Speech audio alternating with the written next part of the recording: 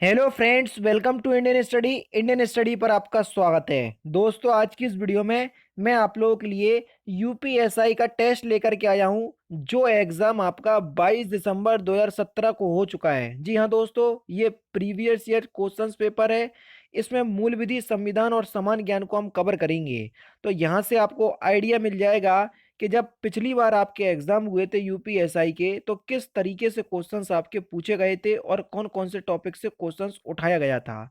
तो इसलिए मैं सारे प्रीवियस ईयर के क्वेश्चंस पेपर जो है मैं कंप्लीट करवा रहा हूं। तो हमारे चैनल के साथ आप जरूर से जुड़ जाइए, क्योंकि यूपीएसआई की बहुत धुआंधार तैयारी होने वाली है यहाँ पर। अगर आप इस वीडियो की पीडीएफ चाहते हैं तो डिस्क्रिप्शन में टेलीग्राम चैनल का लिंक दिया हुआ है, वहां से आप पीडीएफ प्राप्त कर सकते हैं बिल्कुल फ्री में। पहला क्वेश्चन आपके सामने कि दिए गए विकल्पों में से कौन सा भारत के लिए 1946 के यूनाइटेड किंगडम कैबिनेट मिशन का सदस्य नहीं था, जल्दी बताओ। तो आपका सही आंसर हो जाएगा जॉन बतिस्ता, यानी कि तीसरा ऑप्शन यहाँ पर आपका बिल्कुल क्या क्या हो जाएगा, करेक्ट हो जाएगा। वर्ष 1946 में ब्रिटेन के प्रधानमंत्री क्लीमेंट एटली ने भारत में एक 3 स्तरीय कैबिनेट मिशन भेजा था, जिसमें 3 सदस्य थे। कौन कौन से? लॉर्ड पैथिंग लॉरेंस, उसके बाद थे आपके सर स्टेफर्ड क्रिप्स, और लास्ट थे आपके एबी अलेक्जेंडर। ठीक है, यानी कि ये तीनों थे, लेकिन बतिस्ता नहीं थे। तो तीसरा ऑप्शन करेक्ट। भारत के में राज्य के नीति निर्देशक सिद्धांतों के संदर्भ में दिए गए विकल्पों में से कौन सा वक्तव्य सही है, ये हमको बताना है। चलो देखते हैं। ये सिद्धांत समाजवादी विचारधारा पर आधारित है, हो सकता हो ये सही हो। नेक्स्ट है आपका कि इनमें जनमत का सार निहित है और इनका उद्देश्य है कि जनता की इच्छाओं को प्रतिफलित करना। तो यहाँ पर जो आपका सही आंसर हो जाएगा, ये दोनों ही हैं, वो बिल्कुल करेक्ट हैं। दोनों ही वाक्य बिल्कुल ठीक है। पहला ही ऑप्शन यहाँ पर आपका बिल्कुल क्या हो जाएगा, करेक्ट हो जाएगा। और राज्य के नीति निर्देशक संविधान के भाग 4 में है, और आर्टिकल की बात करें तो आर्टिकल 36 से 51 के बीच में है। ठीक है, तो ये भी आपको पता होना चाहिए। रेल बजट के संदर्भ में निम्नलिखित में से कौन सा कथन जो है वो सही है? ये क्वेश्चन पेपर वही है जो कि आपका 22 दिसंबर 2017 को पूछा गया था। ठीक है ना? रेल बजट के संदर्भ में कौन सा कथन सही है, ये हमसे पूछा गया है, जल्दी बताओ। भारतीय रेल का बजट संसद में अलग से प्रस्तुत किया जाता है, बिल्कुल ठीक है। रेल की प्राप्तियों और व्यय भारत की समेकित निधि का हिस्सा है, बिल्कुल ठीक है। प्राप्तियों और व्यय से जुड़ी राशि वार्षिक वित्तीय विवरण अथवा बजट में जोड़ी जाती है, बिल्कुल ठीक है। तो यहाँ पर आपका जो सही आंसर क्या हो जाएगा, तीसरा ऑप्शन।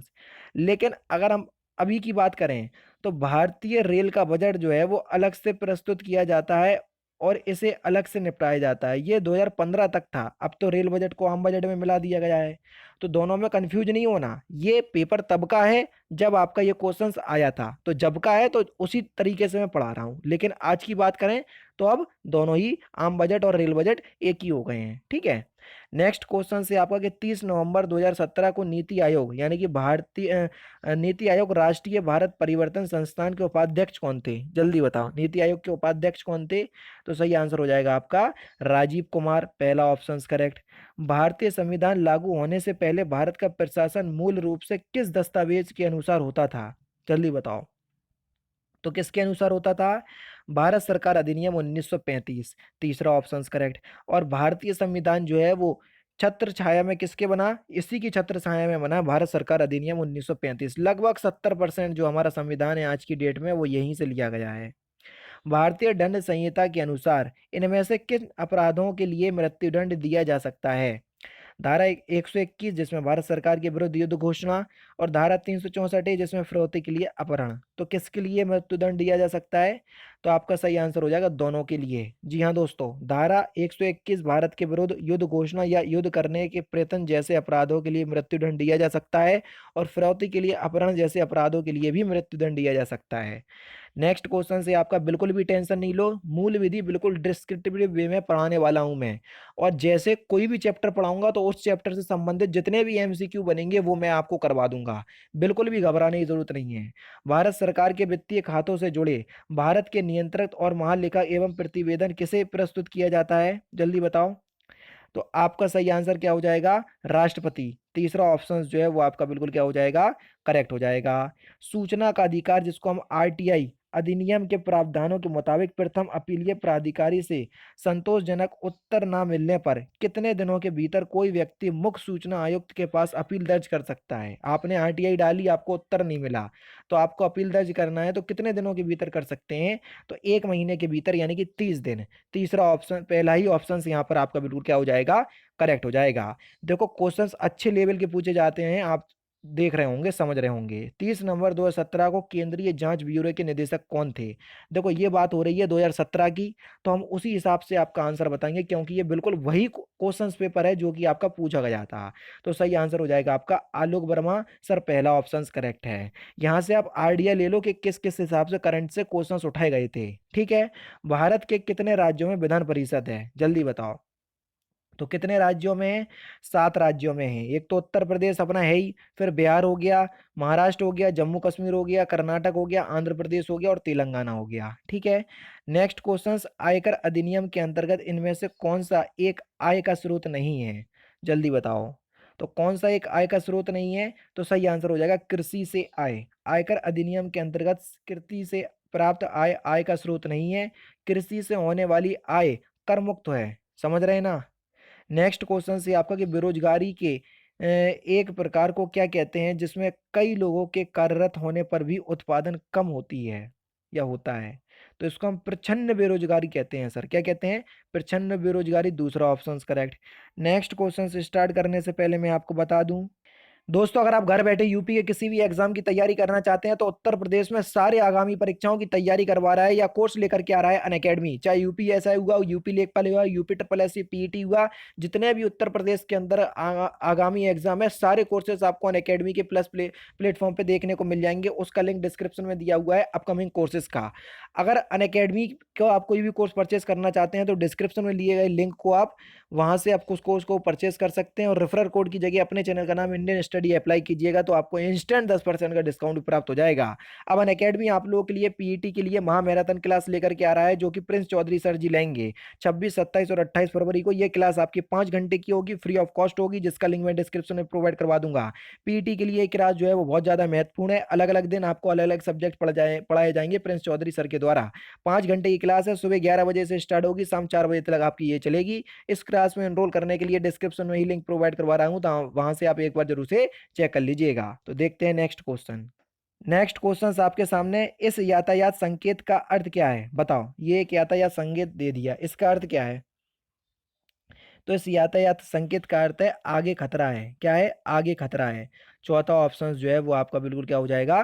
करेक्ट हो जाएगा। नेक्स्ट क्वेश्चन से आपका कि भारतीय कानून के अनुसार अगर पुरुष की आयु फिल इन द ब्लैंक से कम हो तो वह बाल विवाह माना जाएगा। तो आपका सही आंसर हो जाएगा 21 वर्ष। भारतीय कानून के अनुसार अगर पुरुष की आयु 21 वर्ष से कम हो तो वह बाल विवाह माना जाएगा। दूसरा ऑप्शन बिल्कुल करेक्ट। नागरिकों के मौलिक अधिकारों के संदर्भ में दिए गए विकल्पों में से कौन सा सही है? मौलिक अधिकार अगर आपने अच्छे से पढ़े हैं तो बता सकते हैं। कोई व्यक्ति विशेष अपने मौलिक अधिकार त्याग सकता है। देखते हैं ये सही है कि नहीं है। उसके बाद, जो कानून तथा कार्यकारी कार्रवाई मौलिक अधिकारों के विरुद्ध हो वे अमान और रद्द माने जाएंगे। तो आपका जो सही आंसर हो जाएगा वह क्या हो जाएगा? केवल दूसरा ऑप्शन जो है वो आपका बिल्कुल क्या हो जाएगा? करेक्ट हो जाएगा। जो कानून तथा कार्यकारी कार्रवाई मौलिक अधिकारों के विरुद्ध हो वे अमान्य माने जाएंगे, नहीं, ऐसा नहीं है। नेक्स्ट क्वेश्चन से आपका कि किस बांध के निर्माण के लिए विश्व बैंक ने शुरू में धन दिया था, परंतु पर्यावरण संबंधी मुद्दों एवं विस्थापितों के पुनर्वास हेतु भूमि अधिग्रहण की अनिश्चितता के चलते बाद में इस परियोजना से हाथ हटा लिया? तो सही आंसर हो जाएगा सरदार सरोवर बांध। तीसरा ऑप्शन करेक्ट। ये उसी टाइम की करंट अफेयर से घबराने की जरूरत नहीं है। वह कौन से नेता थे जो केंद्रीय विधानसभा के अध्यक्ष थे, फिर वे संविधान सभा के अध्यक्ष बने और तत्पश्चात वे लोकसभा के अध्यक्ष भी बने? तो कौन थे वे? तो आपका सही आंसर हो जाएगा गणेश वासुदेव मावलंकर। चौथा ऑप्शन करेक्ट। सूचना संग्रहित करने के लिए ट्रांजिस्टरों का प्रयोग करने वाली मेमोरी को क्या कहते हैं? तो उस मेमोरी को क्या कहते हैं हम? तो आपका सही आंसर हो जाएगा स्टैटिक रैंडम एक्सेस मेमोरी। चौथा ऑप्शन से यहाँ पर आपका बिल्कुल क्या हो जाएगा? करेक्ट हो जाएगा। समेकित बाल विकास परियोजना ICDS के कार्यकर्ताओं के प्रशिक्षण के लिए वृंदावन शीर्ष संस्था है। इसके अलावा बाल अधिकार एवं महिलाओं की तस्करी की रोकथाम पर प्रशिक्षण देने के लिए यह दक्षिण एशियाई क्षेत्रीय संगठन सार्क देशों की प्रमुख संस्था भी है। तो कौन है? आपका सही आंसर हो जाएगा राष्ट्रीय जन सहयोग एवं बाल विकास संस्थान। जी हाँ दोस्तों, समेकित बाल विकास परियोजना के कार्यकर्ताओं के प्रशिक्षण के लिए राष्ट्रीय जन सहयोग एवं बाल विकास संस्थान जो है ये शीर्ष संस्था है। ठीक है ना? इस तरीके के क्वेश्चंस आपके पूछे गए हैं, देख लो, बिल्कुल हल्के में भी नहीं लेना यूपीएसआई को, ये ध्यान रखना। 29 जुलाई 2016 को करवी थाईलैंड में संपन्न हुए भारत थाईलैंड सैन्य अभ्यास को क्या कहते हैं? जल्दी बताओ। तो आपका सही आंसर हो जाएगा मैत्री। मैत्री जो है ये भारत और थाईलैंड के बीच होने वाला सैन्य अभ्यास है। ठीक है, इस तरीके से आप याद कर सकते हैं। किसके तत्वाधान में दिल्ली के मुख्यमंत्री शपथ ग्रहण करते हैं? तो आपका सही आंसर क्या हो जाएगा? दिल्ली के उपराज्यपाल के सामने या उपराज्यपाल के समक्ष, पहला ऑप्शन करेक्ट। होयसलेश्वर मंदिर कर्नाटक में कहाँ स्थित है? देखो, कर्नाटक में तो है, लेकिन कर्नाटक में भी कहाँ स्थित है, इस तरह के क्वेश्चंस पूछे गए। तो ये हेलुबीडू में स्थित है। कहाँ पर? हेलेबीडू, चौथा ऑप्शन करेक्ट। वर्ष 1990 में राष्ट्रीय विकास समिति यानी कि एनडीसी ने राज्यों की योजनाओं के लिए केंद्रीय सहायता निर्धारित करने का एक फॉर्मूला तैयार किया था। इस फॉर्मूले का लोकप्रिय नाम क्या है? तो इस फॉर्मूले का लोकप्रिय नाम क्या है सर? तो आपका सही आंसर हो जाएगा गॉडगिल मुखर्जी फॉर्मूला, पहला ऑप्शन करेक्ट। नेक्स्ट क्वेश्चन, किस जनहित याचिका मामले में न्यायालय ने सरकारी विभागों को यह निर्देश दिया था कि वे झोपड़पट्टियों के विस्तार को रोकने के लिए समुचित कदम उठाएं और निवास योग्य परिवेश बनाएं? तो आपका सही आंसर क्या हो जाएगा? अलमित्रा पटेल बनाम भारत संघ, दूसरा ऑप्शन यहाँ पर आपका बिल्कुल करेक्ट। ये सारे आपके मूल विधि से संबंधित हैं और ऐसे बहुत से अधिनियम जो हैं आपसे पूछे जाएंगे मूल विधि में। भारतीय प्रशासनिक सेवा के परिवीक्षाधीन अधिकारियों का प्रशिक्षण कहाँ होता है? जल्दी बताओ। तो इनका प्रशिक्षण कहाँ होता है? लाल बहादुर शास्त्री राष्ट्रीय प्रशासन अकादमी मसूरी में। नेक्स्ट क्वेश्चन, वह कौन सा विशेष बल है जिसका गठन भयंकर प्राकृतिक आपदाओं के दौरान विशेष निवारक प्रतिक्रिया उपलब्ध कराने के लिए किया गया? उस विशेष बल का नाम क्या है? तो आपका सही आंसर क्या हो जाएगा? राष्ट्रीय आपदा मोचन बल, तीसरा ऑप्शन यहाँ पर आपका बिल्कुल क्या हो जाएगा? करेक्ट हो जाएगा। नेक्स्ट क्वेश्चन से आपका कि नीतिगत उपायों के व्यापार मिश्रण में क्या शामिल होता है? जल्दी बताओ। नीतिगत उपायों के व्यापार मिश्रण में क्या शामिल होता है? सही आंसर हो जाएगा राजकोष के प्रोत्साहन।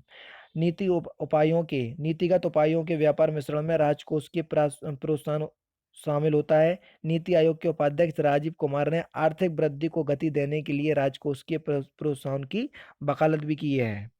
गैर बैंकिंग वित्तीय कंपनियों द्वारा प्रदान की जाने वाली किस प्रकार की एटीएम सेवाओं में 100% प्रत्यक्ष विदेशी निवेश की अनुमति दी जाती है?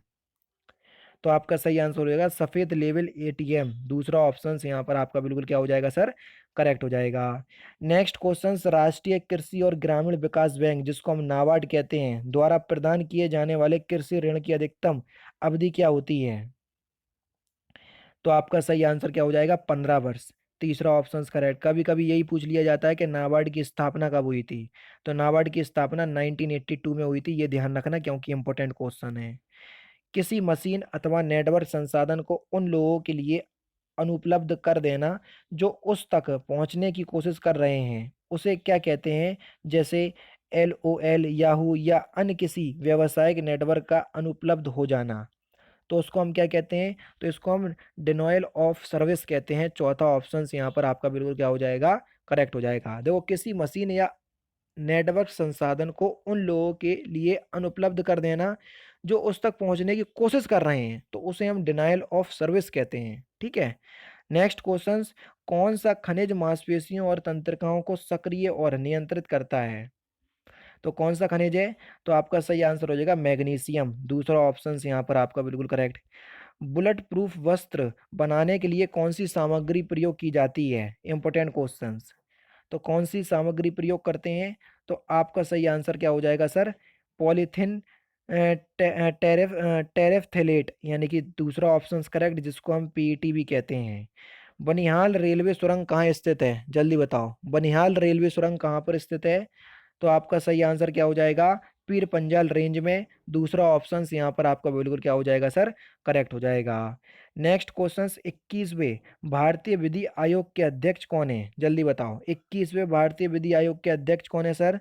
तो आपका सही आंसर क्या हो जाएगा, जस्टिस बलवीर सिंह चौहान। तीसरा ऑप्शन यहाँ पर आपका बिल्कुल करेक्ट, कौन है, justice Balvir Singh Chauhan.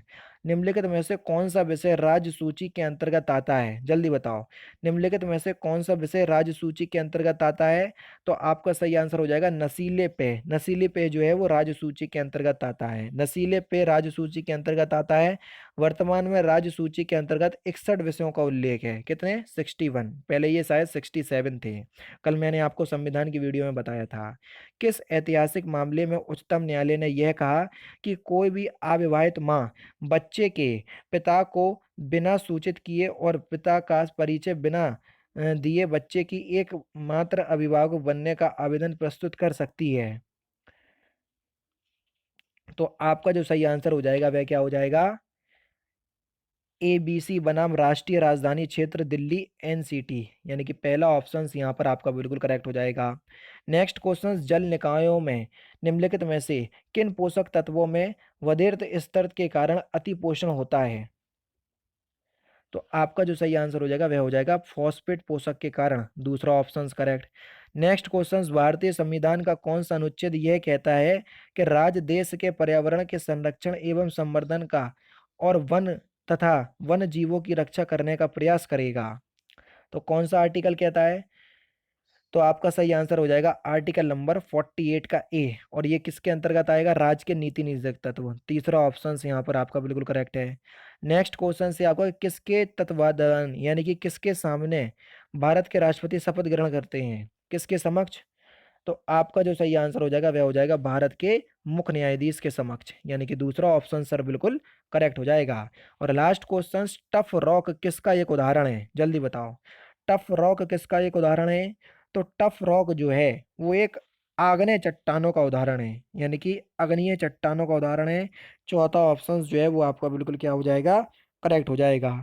Tough rock जिसको हम आग्नेय चट्टान का उदाहरण है, टफ रॉक किसी ज्वालामुखी उद्गार के दौरान बाहर निकली ज्वालामुखी राख के संपीड़न से गठित सेल का एक प्रकार होता है, उसको कहते हैं टफ रॉक। ठीक है, तो दोस्तों ये थे आपके 40 जीके के क्वेश्चंस जो कि आपके एग्जाम में पूछे गए थे यूपीएसआई के, जो कि 12 दिसंबर 2017 को आयोजित किया गया था। तो मैंने पूरे ही आपको 40 क्वेश्चंस करवा दिए। अब आपको पता चल गया होगा कि किस लेवल के जीके के क्वेश्चंस पूछे जाते हैं।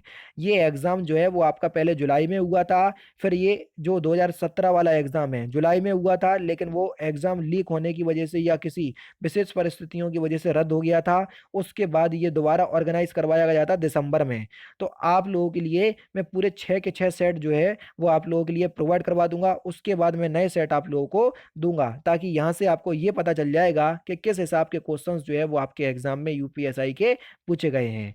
अगर आप इसका पीडीएफ चाहते हैं तो देखो बिल्कुल डिस्क्रिप्टिव वे में पीडीएफ में आप लोगों के लिए प्रोवाइड करवा रहा हूँ, यानी कि हर चीज आपको पीडीएफ में देखने को मिलेगी। देख लीजिए यहाँ पर आपको बिल्कुल डिस्क्रिप्टिव वे में पीडीएफ प्रोवाइड करवा रहा हूँ, ताकि आप लोगों का कोई भी क्वेश्चन जो है वो ना छूट पाए। ठीक है, सारी चीज आपको अलग अलग चीज भी जानने को मिलेंगी। तो पीडीएफ बिल्कुल फ्री में प्राप्त करने के लिए डिस्क्रिप्शन में टेलीग्राम चैनल का लिंक दिया हुआ है, वहां से आप पीडीएफ प्राप्त कर सकते हैं। तो दोस्तों फिलहाल की वीडियो में सिर्फ इतना ही। अगर आपको वीडियो पसंद आए तो प्लीज दोस्तों वीडियो को लाइक कीजिए, शेयर कीजिए और साथ ही साथ हमारे चैनल को सब्सक्राइब करना ना भूलें, क्योंकि मैं रोजाना इसी तरह की वीडियोस आप लोगों के लिए लाता रहता हूँ। नमस्कार दोस्तों, जय हिंद, जय भारत।